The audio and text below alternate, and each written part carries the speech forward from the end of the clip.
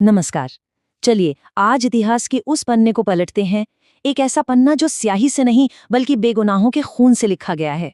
ये कहानी है जलियांवाला बाग की। 13 अप्रैल 1919। ये सिर्फ एक तारीख नहीं है। ये ब्रिटिश साम्राज्य के माथे पर लगा एक ऐसा कलंक है जिसे सदियों की बारिश भी कभी धो नहीं सकती। अगर आज भी अमृतसर की उस जमीन पर जाए ना, तो ऐसा महसूस होता है कि वहाँ की मिट्टी आज भी लाल है। लोग कहते हैं कि अगर उस मिट्टी को मुट्ठी में भींचकर सुने तो आज भी उसमें से चीखों, सिसकियों और आज़ादी के नारों की गूंज सुनाई देती है। देखिए, मौत का ये जो तांडव था ना, ये अचानक नहीं हुआ। नहीं, इसके बीज धोखे, क्रूरता और एक ऐसे काले कानून की साजिश में बोए गए थे जिसने पूरे हिंदुस्तान की आत्मा को ही छलनी कर दिया था। तो कहानी शुरू होती है वर्ल्ड वॉर 1 से। लाखों भारतीय सैनिकों ने ब्रिटेन के लिए अपना खून बहाया। सबको उम्मीद थी कि इस वफादारी के बदले में कुछ अधिकार मिलेंगे, है ना? लेकिन युद्ध खत्म होते ही आजादी तो दूर की बात थी, अंग्रेजों ने भारतीयों के सीने पर एक और खंजर घोंप दिया। और ये कोई आम कानून नहीं था, ये तो एक ऐसा फंदा था जिसे हर हिंदुस्तानी के गले में डाल दिया गया था। मतलब इसके तहत किसी भी भारतीय को सिर्फ शक के आधार पर आतंकी घोषित करके 2 साल तक बिना किसी ट्रायल के जेल में सड़ाया जा सकता था। सोचिए जरा, इस कानून का एक खौफनाक नारा था, ना दलील, ना वकील, ना अपील। बस इसने हर भारतीय से उसके बुनियादी अधिकार ही छीन लिए। अंग्रेजों का मकसद बिल्कुल साफ था, हिंदुस्तानियों के दिलों में इतना खौफ पैदा कर दो कि कोई भी आज़ादी का ख्वाब देखने की हिम्मत ही ना कर पाए। लेकिन कहते हैं ना, जब जुल्म हदें पार करता है तो बगावत को जन्म देता है। हुआ भी यही। पूरे देश में गुस्से का ज्वालामुखी फट पड़ा और इसका सेंटर बना अमृतसर। वहां हिंदू मुस्लिम एकता को देखकर अंग्रेजी हुकूमत बौखला गई और उन्होंने लोकप्रिय नेताओं को धोखे से गिरफ्तार कर लिया। अब अपने नेताओं की रिहाई की मांग कर रही निहत्थी भीड़ पर गोलियां चला दी गईं और इसी खून की गंध सूंघते हुए एक जल्लाद अमृतसर की तरफ कदम बढ़ा रहा था, जनरल डायर। वो दिन था 13 अप्रैल का, पंजाब का सबसे बड़ा त्योहार बैसाखी। एक शांति से भरा त्योहार का दिन जो अब इतिहास के सबसे काले दिनों में से एक बनने वाला था।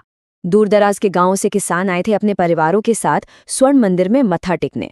कुछ लोग त्योहार मनाने के लिए जुटे थे तो कुछ लोग रॉलेट एक्ट के खिलाफ हो रही एक शांतिपूर्ण सभा में शामिल होने आए थे।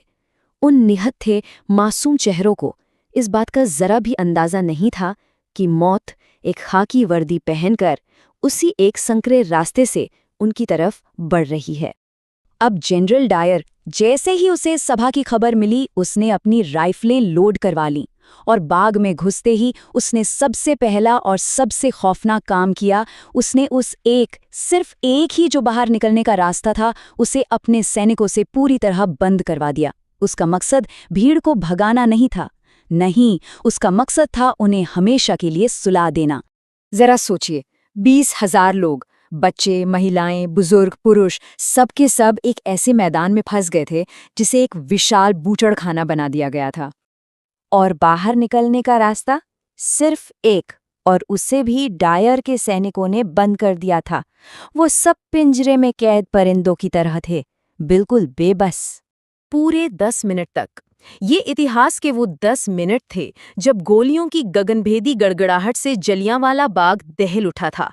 10 मिनट तक लगातार। और ये सिर्फ अंधाधुंध गोलीबारी नहीं थी, नहीं, डायर जानबूझकर अपने सैनिकों को ऑर्डर दे रहा था कि गोलियां उस तरफ चलाओ जहां भीड़ सबसे ज्यादा है, ताकि कोई भी बच न सके। जब गोलियों की बौछार से बचने का कोई और रास्ता नहीं दिखा तो सैकड़ों लोगों ने अपनी जान बचाने के लिए बाग के बीच में बने कुएं में छलांग लगा दी। पर वो कुआं भी मौत का कुआं बन गया। इसके बाद डायर ने पूरे शहर में सख्त कर्फ्यू लगा दिया। घायलों को कोई मदद नहीं मिली, वो रात भर वहीं तड़पते रहे। उसी काली रात में रतन देवी नाम की एक महिला अपने पति के शव के पास अकेली बैठी रही ताकि जंगली जानवर उसे नोच न खाएं। ये उस रात की बेबसी और क्रूरता का सबसे बड़ा सबूत है। उस रात हिंदुस्तान का हर एक कोना रोया था, लेकिन उन आंसुओं में अब डर नहीं था। नहीं, अब थी इंतकाम की वो भयानक आग जिसे बुझा पाना अंग्रेजों के बस में नहीं था। और इस नरसंहार के बाद क्या हुआ? न्याय का मजाक उड़ाया गया। डायर को सजा देने की बजाय इंग्लैंड में उसे एक हीरो की तरह सम्मानित किया गया। ब्रिटिश अखबारों और उसके सपोर्टर्स ने चंदा इकट्ठा करके उसे 26,000 पाउंड की भारी भरकम रकम दी, जो आज के हिसाब से लाखों में है। ये था उनका न्याय। अंग्रेजों की इस हरकत ने पूरे देश को एक कर दिया। गुरुदेव टैगोर और गांधी जी ने अपने सम्मान लौटा दिए और लाहौर में एक 12 साल का लड़का भगत सिंह अपना स्कूल छोड़कर सीधा अमृतसर पहुंचा और उस खून से सनी मिट्टी को एक शीशी में भरकर देश की आज़ादी की कसम खाई। लेकिन इस कहानी का सबसे असाधारण चैप्टर तो अभी बाकी था। देखिए, जनरल डायर ने तो सिर्फ गोलियां चलवाई थीं, पर इस नरसंहार का असली मास्टरमाइंड था पंजाब का तत्कालीन lieutenant governor Michael O'Dwyer.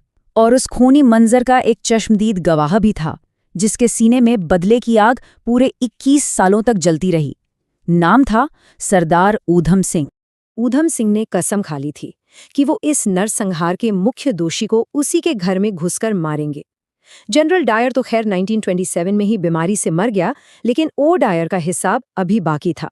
और बस 2 दशकों तक अपना नाम और भेष बदलते हुए वो आज़ादी का दीवाना आखिरकार लंदन पहुंच ही गया। तारीख थी 13 मार्च 1940। जगह लंदन का Caxton Hall. Michael O'Dwyer वहां एक सभा में भाषण दे रहा था और उसी भीड़ में मौजूद थे ऊधम सिंह। एक मोटी किताब के पन्नों को रिवॉल्वर के आकार में काटकर उसमें अपनी बंदूक छिपाकर वो उस हॉल में दाखिल हो चुके थे। जैसे ही सभा खत्म हुई, ऊधम सिंह ने अपनी रिवॉल्वर निकाली और ओ डायर पर एक के बाद एक 2 गोलियां दाग दीं। लंदन के उस हॉल में गूंजने वाली वो गोलियों की आवाज असल में जलियांवाला बाग में दबी हजारों चीखों की गूंज थी। 21 साल लंबा इंतजार आखिरकार खत्म हुआ।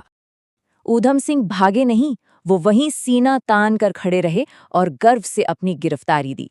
जलियांवाला बाग की शहादत बेकार नहीं गई। इसी खून ने आज़ादी की उस आग को और भड़काया, जिसने आखिर में ब्रिटिश साम्राज्य को भारत छोड़ने पर मजबूर कर दिया।